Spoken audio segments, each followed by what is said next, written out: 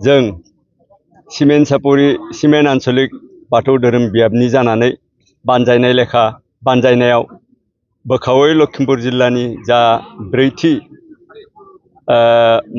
दौरि मावबादाखौ जोङो आफादनि जोंनि सिमेन आन्चलिक बाथौ धोरोम आफादनि सावरायनाय लेखा जोङो 2 नम्बर लग्लुं बर' गामिनि जा बाथौ थानसालि बे बाथौ थानसालियाव फैगौ बे सोलिबाय थानाय सेप्तेम्बर दाननि 29 आरो 30 अक्ट' खालि जोङो बे लग्लुं बर' बाथौ थानसालियाव जिला बोखावै लखिमपुर जिल्ला दौरि मावबादाखौ खुंनो साखाफारा जाखाबाय।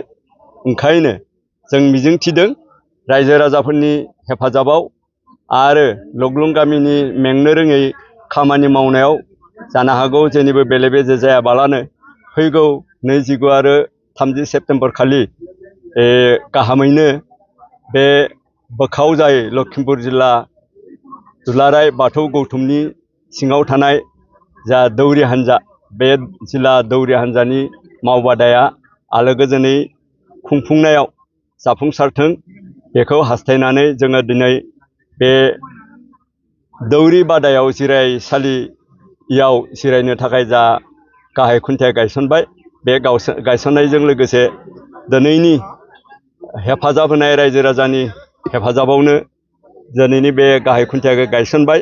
आं मिजिंथिदों बे जोंनि सोनाब सानजारि नोगोरनि सिङाव थानाय संखं हालामनि गासै रायजो राजा आरो जोंनि सिमेन बियाब दुलाराय बाथौ गौथुमनि जा बानजायनाय बे बानजायनाय लेखा लग्लुं बर' गामिया जा हेफाजाब होगोन बे हेफाजाब होनाया मोजां जाफुंथोंखौ मिजिंथिनानै आं दिनैनि बे गोथार साननि गोथार बुब्लियाव सुंद' बिबुंथि गासै 600सो जागोन होननानै बुंदों बिथांमोना। बे 600नि लोगोसेनो जोंनि सिमेन बियाब बाथौ धोरोम गौथुमनि सिङाव थानाय गासै 67 गामिनि दौरि बिथांमोनाबो बाहागो लागोन। आं मिजिंथिदों बे दौरि बादायाव जोंनि जा बाथौ धोरोमनि नेमखान्थियै जा 3 खान्थि जोङो बेयाव मावबादा खुंगोन। मोनसेया जाबाय बाथौ आसार, मोनसेया जाबाय दौरिफोरनाव थानो गोनां गुनफोरनि सोमोन्दै आरो मोनसेया जाबाय रुंसार आसारनि सोमोन्दै बे मावबादाखौ खुंनाय जागोन।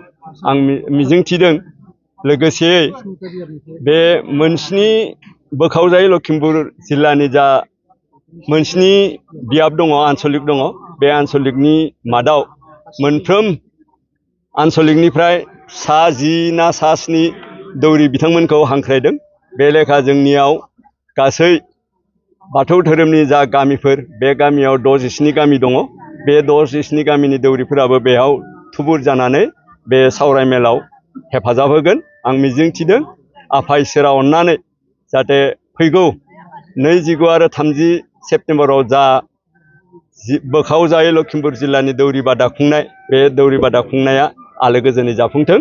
आफा इसोरखौ सुंग्रिनानै आं दिनैनि बे दसे गोथार साननि गोथार बुब्लियाव सुंद' बिबुंथिखौ एसेयावनो फोजोबबाय।